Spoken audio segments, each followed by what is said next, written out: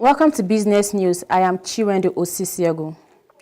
The National Information Technology Development Agency has revealed that cyber criminals are using a variety of ways, including swapping of mobile phone SIM cards to defraud Nigerians of their hard-earned money.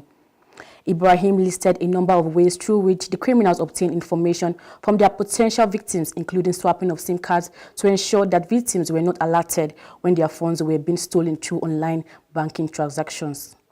He further stated that cyber criminals use social engineering, phishing mails, and the use of text messages pretending to be sent from banks requesting for PIN or revalidation of bank verification numbers, and revealed that agency will be holding workshops in cities across the country in order to arm citizens with information and knowledge required to move ahead of criminals. Vice President Yemi Osibajo on Tuesday said Nigerians were spending about $8 billion at the official exchange rate of 2.45 trillion naira on a yearly basis on the importation of vehicles into the country.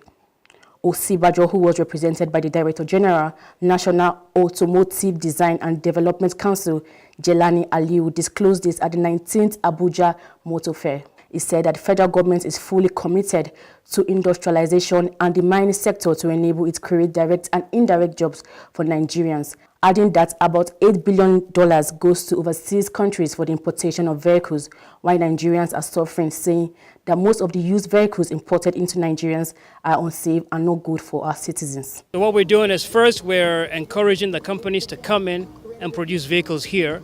We're also working very closely with them and with other stakeholders to train Nigerians into how to fix these vehicles.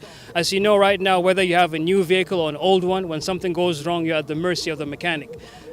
A lot of times, those vehicles just end up getting worse.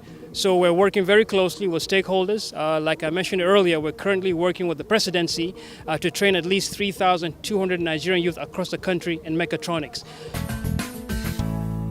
The Minister of Communication, Adebayo Shitu, has revealed that the federal government is set to carve out 5 companies from the Nigerian Postal Service. Shitu disclosed that the 5 move was part of effort to reform the Postal Service and put it on the path of profitability, adding that the 5 companies to be carved out of NIPOST are expected to ride on some assets and resources currently owned by the postal organization, which are underutilized or not even used at the moment. Shitu said that 5 new companies will emerge from NIPOST, including the NIPOST Banking and Insurance Company, the NIPOST Transport and Logistics Company, the NIPOST Property and Development Company, the NIPOST E-Commerce Service Company, and the NIPOST E-Government Service Company.